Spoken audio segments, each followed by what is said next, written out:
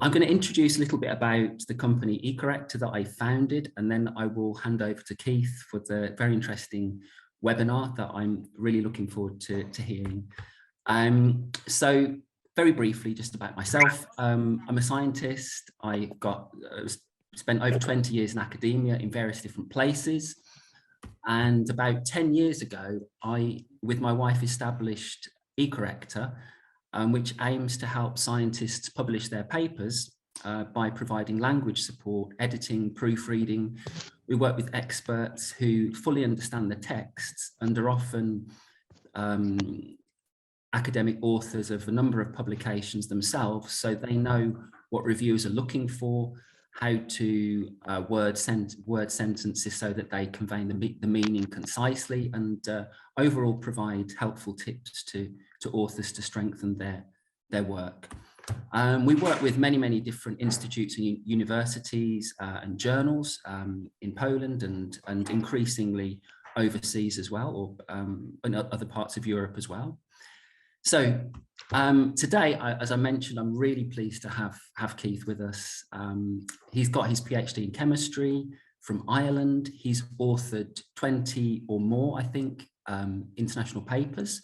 Keith spent quite a significant amount of his academic career up to, I think maybe around 10 years. Keith, were you in Warsaw? Something like that? Something like that. Around 10 years in Warsaw at Pan.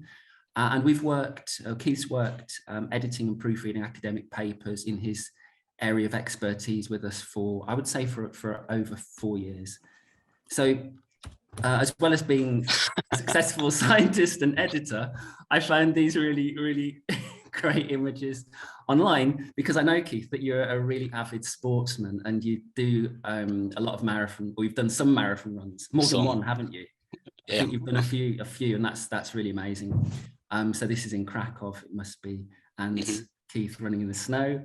But as well as doing all these things, it's you have got a great heart, because of course these terrible situation that happened over the last 9 months with Ukraine. Keith has got a GoFundMe site which helps to support people in Ukraine who. It's mainly with providing food and things like that, isn't it? Soups and things. Yeah, for the refugees in Krakow. Yes. I know that you're going to have opportunity to say a little bit more about this at the end. You know much more about it than I do. So Keith, thanks a lot for joining us today, and I will hand over to you. Okay, this is good. Brilliant. That's perfect. Okay. Yeah. So, hello everybody. The title of the talk today, as Mark said, is Scientific Writing, An Unexpected Journey. So I had a background, but Mark beat me to it. But I have a PhD in chemistry, which I got from Ireland. Then I did a brief stint as an NMR technician, and did around 10+ years as a postdoc / assistant in the group of Dorota Greco. So it was actually at this point where my kind of scientific journey began. I was very lucky for the opportunity to be exposed to many areas of science, practically, and also writing and editing papers. I published over 20 publications, but I've been involved with many grant proposals, many reviews, you name it, I've done it. It seemed at the time hard work, but actually all these skills that I learned during my time were easily translatable when I became a freelance editor. So I worked with a few different companies in a few different countries, but mostly I work with a company in China and eCORRECTOR in Poland. So what is writing? So usually when people just think about writing, they think about the language, they think about the words, they think about the spelling, your punctuation, your grammar. And this is really important, and you need to have a good foundation to write anything. However, writing is much more. It is. In essence, writing is an art form. It is. The idea of taking a concept that you have created, or taking a collection of data fragments and bringing them together on a page in a clear, precise, and interesting, and even inspirational way is an art. It is, and it's a skill that you must learn over time. Okay, some people have it, and some people have to work hard at it. I was actually one that actually worked very hard just to get a good vibe of it. So, when you decide to start writing, many things can come into your head, many emotions, many fears. First of all, usually with young students and older students, there can be this panic of having to start your first paper or start your thesis or whatever it is. The obvious thing that can be is the lack of English. There's fears of the lack of confidence, fears of making mistakes, fears of rejection, the complete fear of the unknown. Also, no matter how confident you are, writing will always expose your lack of skills, your lack of language. And all this combined does not help when your boss is kind of hanging over your shoulder, waiting, wanting. So all these influence can be very daunting. However, there are some practices, some tips, some tricks that you can put into place that can actually help you along your journey. So what I'm going to talk about is some things that I've learned or I've been taught or just seen over the years that has helped me, and I've taught to others that's really encourages people to write, and in the end produces just a better volume of text. So before you put pen to paper, it's important to set yourself up for success. And so this section is just some kind of layout that you can do before even thinking about writing anything that will help, that when you sit down will make everything much more easier and more efficient. So the first one, and the simplest one, however many people forget to do it, is making a plan is an essential ingredient for success. One of the hardest parts in writing is actually just getting started, is trying to put that first sentence on the page, trying to get the work flowing out. And it can be extremely stressful. Excuse me. You can be feel very alone. Your confidence can just plummet. It can. But no matter what you're writing, from a short, simple abstract to a monster thesis, planning is essential. And it will guide you through your work, and it will allow your text to flow easy. But remember, when making a plan, the plan is just a starting point. It can always change. So be flexible when it comes that when you put everything on paper, that things can be rearranged and the story can change to fit what needs. So when making a plan, ensure to break down as many sections as you can.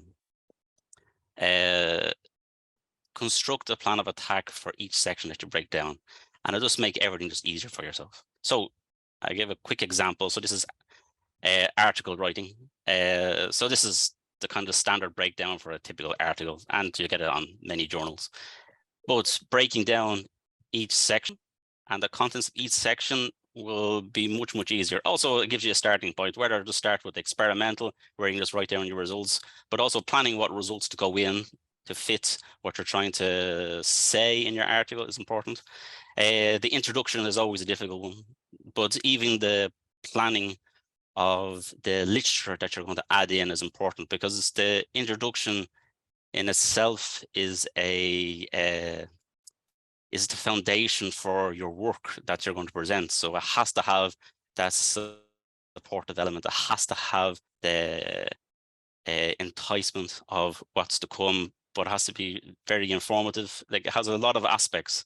So all this should be considered. So breaking that down into individual compartments, and we'll talk about this a bit further on in the talk, will make everything just easier. And that's the most important thing when it comes to any type of text, is taking away some of the stress will allow you to focus on other areas. So also making a plan. Before even thinking about anything about writing, always ask the question, why? When you're writing any text, for instance, a research article, the question of why should be asked and answered in the text. So do you mind if I ask you something? It's just, I'm interested in your take on this. On the previous slide, you had the breakdown of a typical academic manuscript. Yes. And you talked a little bit about the introduction, but Yes. do you, like in your experience, do you work on things, let's say, chronologically, not chronologically, but in order? So you write the introduction first, then the results, and discussions, and the conclusions, or would you? How do you? In your papers, So would you write the introduction at the end, at the beginning, or work on everything in parallel? So How actually, it comes to actually when writing or even editing, it all depends. So if you're in a state of panic or hitting kind of a wall right at the beginning, focusing on the experimental, where you're just writing down your results, creating schemes and figures that will not involve actual text, but you will have to create the text around these, will actually help push your writing along. So usually, like the introduction, in my opinion, is that if I write an introduction, the best thing to do is write everything down, and it's usually way too long, and then start cutting it up, breaking it up, and making it more compact. But usually there's no particular order. The main thing is usually when it comes to the results and discussion, like preparing your figures and schemes is just an easy way to get started. But usually the work has to flow from the introduction. So you will actually set up what you're going to talk about usually at the end of the introduction. So it has to kind of be in that order as well. Mm-hmm. So it all depends on what you're writing. Usually, like if you're writing a review, it really kind of doesn't matter because each section is an introduction in itself. Okay. So. Okay. I think, yeah, I heard once that I think at least in biomedical science, probably it's the same in chemistry, but you get your results, make sure you got your clear result. And as you said, write the figure legends or make sure your stats are correct, make sure you know what you're going to say. And yeah, okay, very good, very interesting. Thanks. Okay, so the question that should be asked and answered is why? Why are you conducting this work? Why should this work even be published? Why is this work better than others? Yes, a lot of mistakes people make is writing an introduction that has a bit of a background, and it feels like just a carry on, a continuation of works that have been done, and there's nothing special. But when you kind of add in that question and answer it in your text, it gives everything meaning, it gives a definition, and it gives a strength. So even by having that in mind, and as it threads through your paper, it can really make it strong. When writing anything, also make sure that you know what you're actually writing, because even though scientific writing is scientific writing, depending on what you're writing, the style is different, the tone is different. So for instance, writing an abstract is completely different than writing an article. So if you're writing abstract for a talk or a poster for a conference, the type of text that you will use has to be very clear, precise, and very appealing at the same time. And it has to be compact in like a small paragraph. No one wants to read a page when going to see a talk. Also adding some flourishes, some color to your text actually is a good way to get people interested as well. In article writing, there's different types of articles. You have your full article, you have your communication, you have your review. So the difference between an article and communication is vastly different to a review. But then again, an article and a communication are completely different by their limitations, because a communication can be very short. Depending on the journal, the amount of characters, words you can use are very limited. So knowing this before even writing can dictate what you put on the page and what you want to add. So next is like a grant proposal. A grant proposal writing is different as well, because you must highlight or big up your work at every corner that you can without going beyond the perspective of the work, beyond the scope. Being confident but not having a massive ego, and this all comes through your text. So that type of writing is both has to be informative and a selling point. So it's a mixture of like article and abstract writing together. Also on thesis writing, you have much more freedom, and it's pretty much like a deep dive into your work. But then again, it also has to make sense, and it has to be the storyline has to be consistent. So when looking at what you're going to write, know what style you want to write, and all these styles is just practice. You just need to get involved and get learning, which we'll talk a bit further down. So know your worth. So this is an issue I had, and I will talk about it on the next slide. So when writing anything, make sure you know the worth of your work, meaning that know where your work fits in to the area that you're working in. This means that you won't start writing beyond what your work is worth in the sense of the area. And usually what happens when people go beyond this point is because the author's ego overshadows everything else. So the author would fixate on certain points without considering the meaning of the worth of what he's actually putting down. And what happens is the paper is just weakened by it, or it becomes meaningless, because anyone with experience reading it will just say, why? Remember when writing to always focus on the areas that are important, know the areas important, and make sure you highlight your contribution to the area. So here's the example. So this is a paper that I published in 2017. And there's actually a big story behind this. And this is where the ego and not knowing the worth of your work comes in. So very simply, I was taking this vitamin B12 and making different derivatives of it. And the way I did it was using microwave chemistry. And no one's actually ever did that before. And I thought I was fantastic. I was getting this to do. However, the compounds that were made were known. But still, I thought there are publications out there that write about how to improve certain chemical reactions. But when I got all the results, which were very nice, and the data was very lovely, and the paper that was written was very colorful and very nice, it was rejected from every single journal possible, one after the other, and I had no idea why. It wasn't until I gave it to a professor friend of mine, he read it, and he asked me, why? Why do this? Like, what's the point of it? And I couldn't answer the question, because the answers that I gave him, he was like, yeah, but that's not what I'm asking. Like, why is it done? I couldn't answer it. So pretty much I didn't know the worth of my work. I didn't know how my work fitted into the area, because my gigantic ego at the time wouldn't allow me to think straight. So after much contemplation, I rethought it and used the compounds that I made as catalysts for a known catalytic reaction and made a catalytic study of it.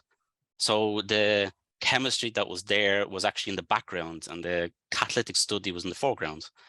And knowing that nothing has been done before like that, the paper was much stronger as a whole. It was submitted and accepted like straight away. It even became a hot paper. We got inside cover of it. Even we got on the yearly calendar, our cover was done. So just by like deflating the ego a bit and focusing on the facts and the reality is a huge part of writing as well. But focusing on the wrong things, you can write and write, but it'd be meaningless. I'm just asking one thing. Did you have to do any more experiments when you reframed your paper, or is it all the data? So all the catalysts were made because they were from the other paper. So all was done where they were just put into a catalytic reaction with actually a colleague of mine created, and I was actually helping on it. So the results from it, from the catalytic reaction, because it gave two types of compounds and it gave different ratios of compounds and like that. So it was looking for selectivity as well. So by using these derivatives, it was actually how the catalyst works, and it's just became much more of an interesting paper because of it.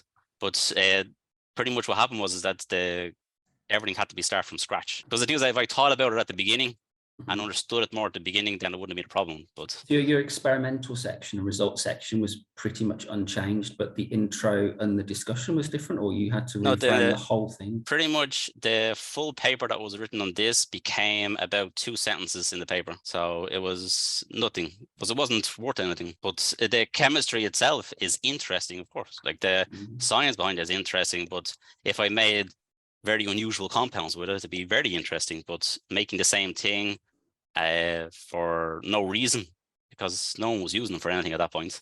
So what was the point? All right, so next thing is to make sure you know your journal. Before I say this, actually, a lot of people have this kind of thing that they do, and it's fine, is that when they get a paper, they try the highest journal possible in their area and hope for the best. And then they just kind of go down the levels. But if you want to be more precise about what you're doing, know from the last part, know the worth of your work and where it fits in. And from that, you'll know what journal, as in the impact factor, you should submit to. And from there, you will must create your text within the framework of the guidelines that's given by the journal. Yes, but remember that choosing a journal can be difficult, and it only comes with experience. So when your boss or whoever is saying about, oh, we're going to submit your work here or submit your work there, find out why, understand why, because the next time you'll be able to steer your work, or when you're doing whatever work you're doing, there could be like a side project that was, oh, that could go to that journal or that small journal before you go to the big one. So it's important. Okay, the next one is to know your audience. And this is something that people forget a lot. Depending on what type of text you're writing, you could be steering your text towards like a young student or undergrad, postgrad, or even like some person called Mary or John. So you have to know who you're actually talking to, because if you're talking to a young student or writing for a young student, like some report or some like form of text, being overly complex and overly scientific, they'll be lost in a second. They'll be confused, and pretty much they just won't read it. They'll be discouraged. So for instance, writing an abstract, if you're a chemist going to, let's say, a biologically based conference, you will not lean heavily on the chemistry text when writing an abstract, because you will lose your audience. You won't have any interest in it. So knowing even knowing even who or what area is very important. Even grant writing, I found that there are certain abstracts or volumes of text which you must create for non-scientific readers, and that takes huge restraint, because you have spent massive amount of text already, or time and everything, writing like complex text about all your work and very scientific, and then you're asked to write a page dumbing it down as much as possible. So knowing these kind of styles and being practicing those kind of styles, and also just knowing who your audience is important. Okay, so when writing, a few things to remember. Okay, so know your limits, and this is to do with the language that you use. So the major misconception, in my opinion, with scientific writing is that people think that in order to be scientific, it has to be as complicated as possible, which it's untrue. The best papers, the best thesis, whatever it is has a broad audience. Anybody can read it. The people creating these overly complex texts can even lose like people at a high level, because no one wants to read that. And the amount of people that can write at that level is not much. Like, it's only like very experienced people that can do that. So the best writing is simply has to be clear, precise, and flows well. So it just should roll off the page when you read it. When it comes to non-native speakers or people who haven't got English as like the first language, stay within your limits. And this is not like a put down or anything like that. It's very simple, is that if you go beyond your limits, the text just won't make sense, because you'll try and push it too much. And the amount of times which I have corrected texts that even the author barely understands is immense. And usually that comes down to the overuse of a thesaurus, which can be very handy when you're kind of stuck on a word, but in general, trying to use a different word or different phrase for describing the same thing over and over again, especially in like an experimental section, can be very annoying but also very confusing, because it's difficult to relate all these things because every single one is different. Also, Google Translate is not a proper scientific translation service like eCORRECTOR. So Google Translate can be used to put the text into your language for you to get an understanding, but copy and paste is really not good, because sometimes, for instance, it can even bring the text, like say the text backwards or something like that. So also when writing, the use of spell check, Grammarly, these type of programs will help you so much. They help me so much, because it's just a fresh set of eyes on your text that can just pick up all the little mistakes that you make. Like an irritation for reviewers is simple spelling mistakes. So having a scientific text with multiple spelling mistakes is very irritating. So you don't want to annoy your reviewer before they even read your work. So important thing as well when writing is to always ask for help. Writing can be very daunting at any level that you're at. So don't be scared. Remember to breathe, and also remember that you're not alone when you're doing these tasks. And I can't read the last thing I wrote. Oh, and relax. Oh, there it is. Okay, and relax. When writing, don't dig a hole for yourself. Don't sit there and let things fester. Always ask for help. If you have trouble starting to write and can't have trouble like developing a concept or just putting things on paper, ask for help. When you are writing pages and pages and pages of text, which I've seen before, there's no end in sight, ask for help, because it's very easy to just go on and on and on. If you don't have experience writing a certain type of text, especially young students like going for their first conference, having to write an abstract, ask for help. Confidence in your writing before and during putting words on paper comes across in bundles when you read it. It's very easy for an experienced scientist, editor, whatever it is, to spot when a person is not confident in their work or confident in their writing skills. That usually comes across in the flow. And what happens is that instead of it being gently going along as people want to talk about what they have done, what it comes in, it's like just a wall constantly. So it's like bah, bah, bah, all the way through. And it destroys the writing. It destroys it. It loses the importance of your work, because people are having difficulty getting through each point. Keith, yes, sorry, yes. on that point, I hope you don't mind me interrupting. No. What do you mean? Is it that, like, in your experience, you find that if you're reading an introduction or a piece of text and it's not clear, is that because each individual sentence is not clear, or because the way that one sentence flows from the next is disjointed, or is it both? Well, a few pages, in a few slides more, I will talk about the importance of kind of consistency through a text. And what happens is that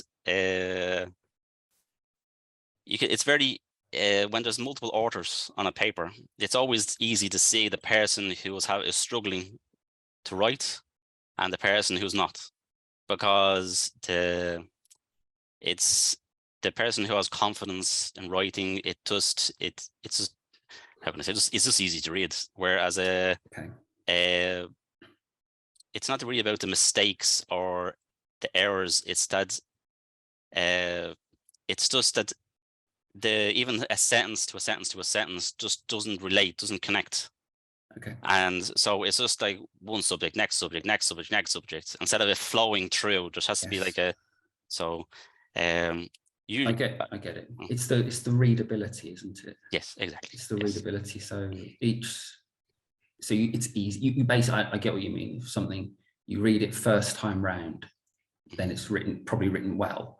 But if you have to reread it and reread it to make sure you understand, and then you're still not sure, it's probably because I've seen this, that where sentences in isolation read well and they make sense, but then the message can be lost about what the author's trying to say, because you don't know what is important from what's not, because they have not emphasized, they've emphasized everything, the minor points and the major points equally,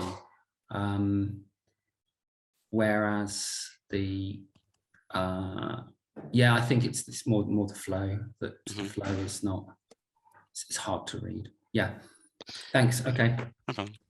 So any research team you go into would tell you that science general is not a one-man band. You just don't go in, sit down by yourself 4 years and come out with a PhD. It doesn't work like that.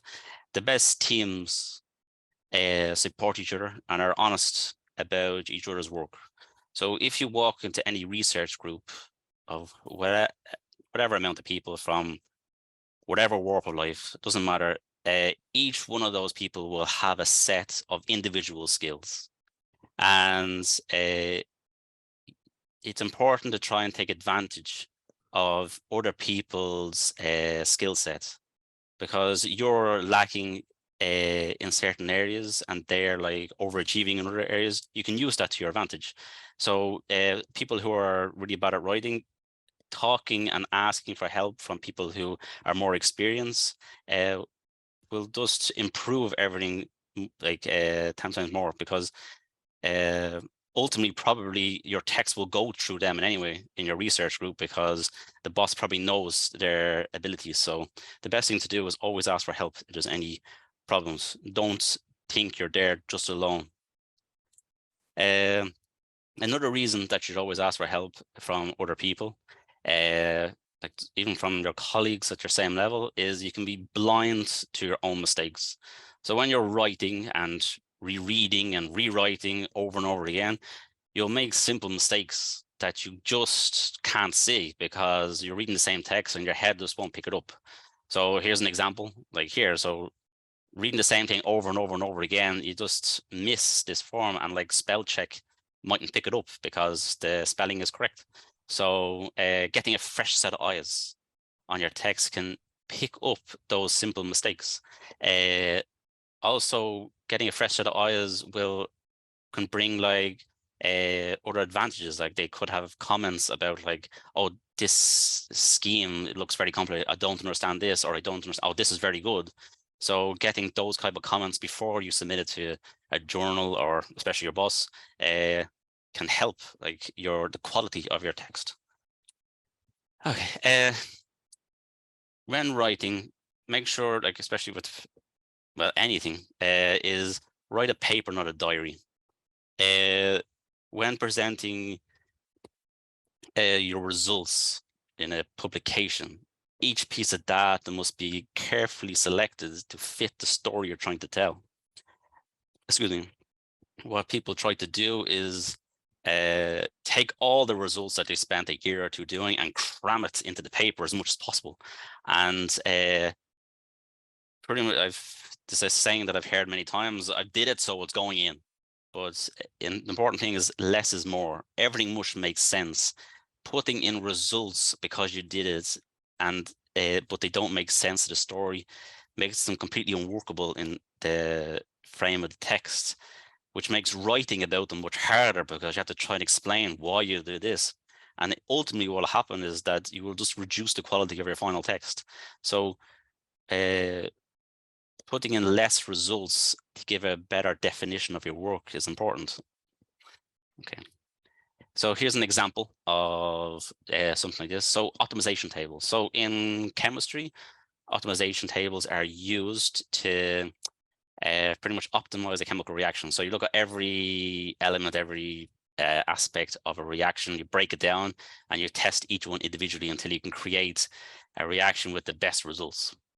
Yes, and this can be like a few rows of table, or it can be like tables and tables and tables, trying to break through the barrier of finding the perfect reaction conditions. But For example, this is just a snapshot of some tables I was doing years ago.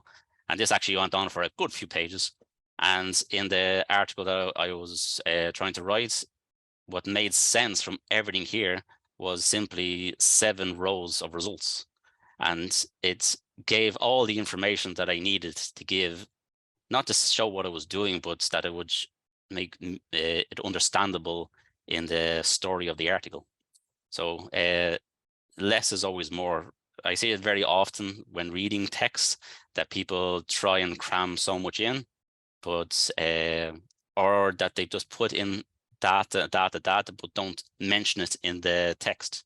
And what happens is that they're just listing in the text what you list in the table without any meaning, without any discussion, without any like explanation, and it just becomes pretty much boring and pointless to read because the information is there in the text in the table. It should be the text is there for a discussion.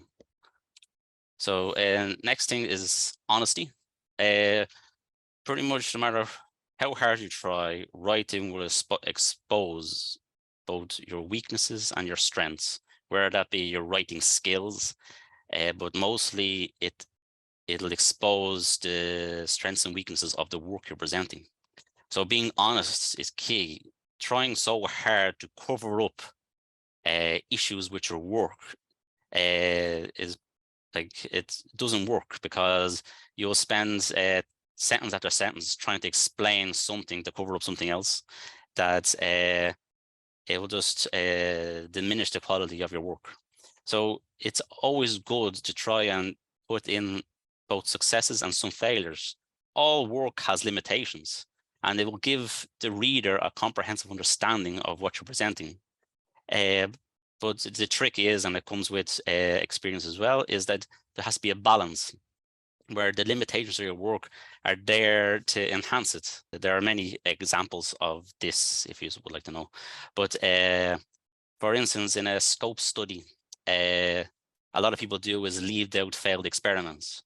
And what happens with a scope study is that you take your reaction that you created and you try as many different substrates to find the scope of what it can do. But when people leave out the failed reactions, it throws up red flags with experts in the area, because the reader will be asking, like, why weren't these experiments done? Or if they were done, where are you hiding? Like sometimes the answers can be that they're trying to withhold some of these results for another paper, or that the results that they got were so bad that it will like hurt the paper. But adding in as like just being honest about limitations can actually really strengthen your work, and it will actually stop letting reviewers question what you put on the paper, and will allow your paper to be accepted much easier. So the last part is just a few little tips and tricks I picked up over the years that has helped me and others just improve your writing skills. So the most important thing, the best advice I was ever given by my PhD supervisor was read everything. Read every scientific text you can get your hands on, from books to papers to articles, whatever it is, they read it. The main reason for this is that you get familiar with the language, the structure. Like it will give you, you won't be completely fresh or new to the subject when you start writing. Like reading is an essential thing to do. But don't just read scientific text. Read everything. Read novels, fiction, non-fiction, doesn't matter. What novels will give you is it will expand your language toolbox. Yes, so some people have this kind of small toolbox of a few words that they'll use, pick up now and then. But reading these texts, it will actually help you expand your vocabulary. I put actually some books down the end that I would advise young students or people that are non-native speakers to have a go at. Harry Potter, like the J.K. Rowling books, and the Dan Brown books are pretty much very, very simple texts written in a very exciting way. And it's what I was trying to get at before is that scientific writing doesn't have to be complex. It can be simple writing, but made in a complex, sound complex and sound exciting. You don't have to use big words all the time. So reading these books will actually show you the structure of like simple sentences and the flow. Like Dan Brown's text just flows off the page easily. Also, I would recommend fantasy novels, and that will help you with your descriptive writing and bring a bit of color, especially when you're dealing with abstracts and stuff like that, and with grant proposals and like that. Having that type of language just kind of spices the text up a bit. Next is, like any skill that you're trying to develop, is practice, practice, practice. So write as much as possible. The best way to improve your writing is to write. So if you can get involved in your group, like, and it can be a bit daunting, but like help your boss create lecture slides, reports, even ask them, can they help edit some papers, or can they look at a publication that they got to review? So you get to see some publications in their raw form. So like writing is really important. Like write your reports in your book. Get used to writing the experimental, like in your book. Keep a journal even at home. Anything, just write, write, write. Scientific writing and science in general can be very hard on a person. So it's important to grow some like thick skin. You will make a lot of mistakes, but remember, the best way to learn is from your mistakes. Nothing is perfect. So when you receive corrections, ask questions. Don't just correct what they give you and that's it. Like, learn from them. Like, they're important tools.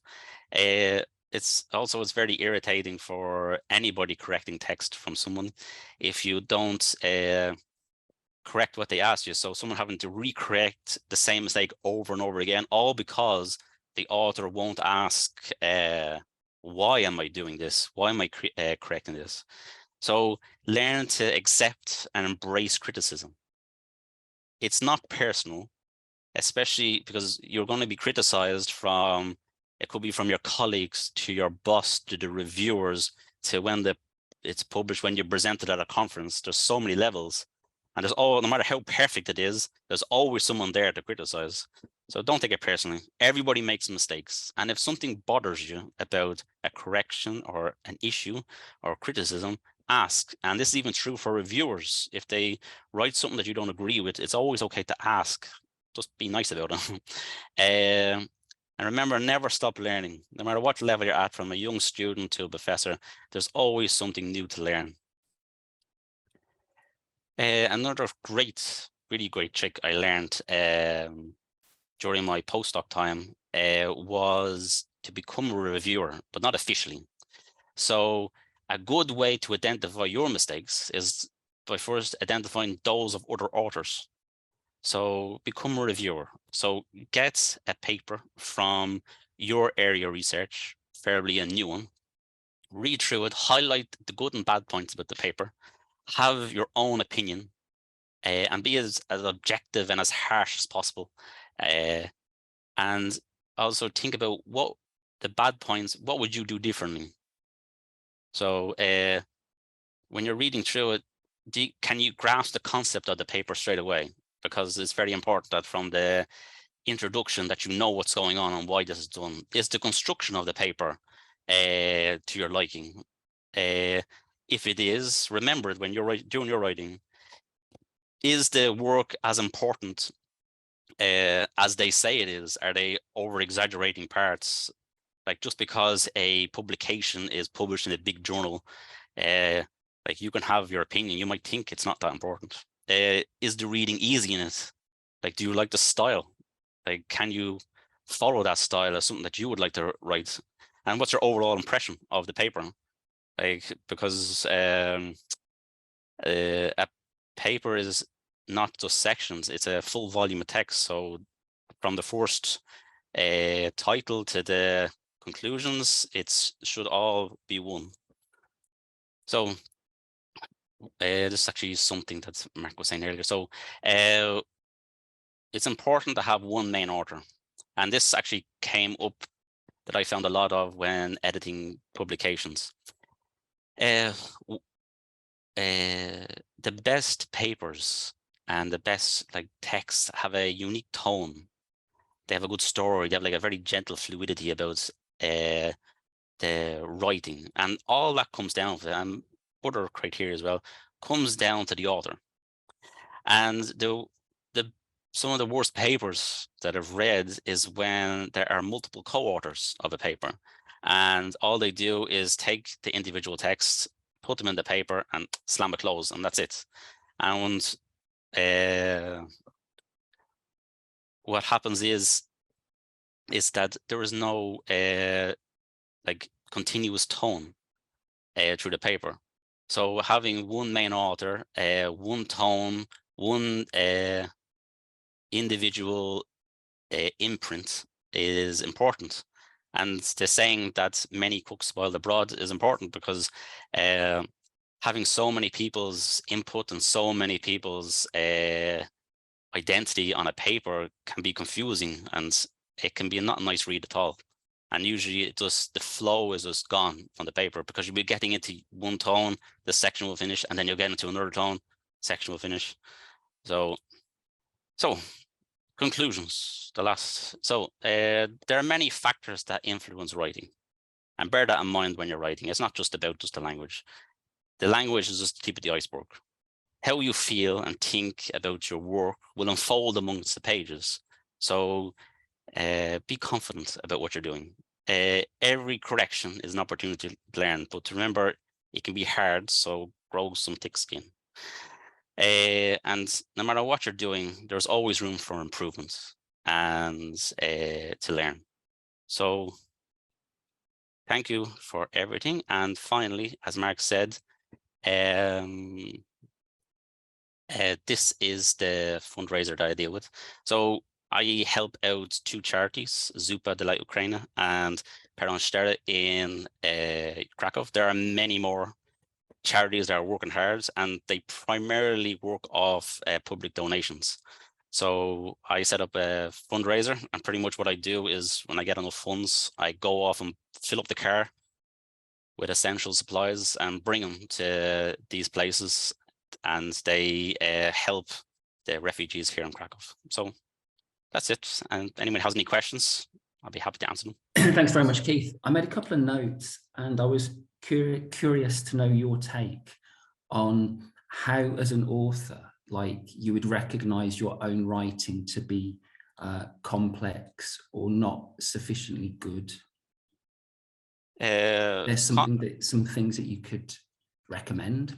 Usually what people try and do to make their text complex is use big words that in the general tone of even a single sentence doesn't make any sense. So using simple words and then large complex words, I'm not talking about terminology, because terminology is a different story. But usually what it is that people are just adding in a word from the thesaurus to make it sound complex, but in general they're actually making them just more difficult to read, because it's like the previous two sentences, let's say, are simple and basic text, but they're understandable, and then all of a sudden they're using these complex words that have no kind of they don't relate to anything from like previously. So pretty much the tone is just gone, and it just pretty much what it does is it stands out as like a sore tone. Especially it comes actually a lot when you see people copy and paste from other texts. Yes. So it's usually like you have a simple, like people are talking, and all of a sudden it's this, wow, that's an amazing sentence. And it just stands out. And usually you just copy and paste that sentence into Google, the paper pops up. So yeah. Yeah. Yeah, that's something. So basically it's consistency, isn't it? Consistently straightforward, not necessarily consistently simple, but consistently straightforward. If there's a talking down in your paper is not recommended, because will make the reader feel stupid. But talking in a way that the author knows your level is fine. I don't see there's any problem with it. But I'm sure there are people out there that will disagree with me. That I've met people that have said like, no, you have to write this way, and this phrase has to be used. So like everyone has their own opinions, but once it's clear and precise and you respect the person, the reader, it's fine. I want to just mention one thing that you mentioned about becoming a reviewer, because I think that's really good advice. And what's really helpful is that a lot of the journals, the top journals, they publish the reviews. So you can go online, you can see the, like I think it was Cell or Neuron, but there's quite a few journals that are in these like top tier journals where you can actually, one of them is Plus Biology. I think it's Plus Biology, Public Library of Sciences. There's a few of them where you can actually read the paper, and then you can actually read the reviewers, and you can read the author's comments that they made back to the reviewers. It's really helpful, especially if you are, going to present somebody else's work. Sometimes at like journal clubs, people do this. Then you can get insight into how real, let's say peers have evaluated that work. If you're a student, and then if you're just looking at it for critically trying to analyze the work, then yeah, it's just good to it's just interesting to see what other reviewers wrote, because that's informative, and you can learn a lot. Okay. So I don't think we've got any more questions, any other questions. And thanks for the audience, those people that are still with us. So thank you for listening and attending. Okay, goodbye everybody.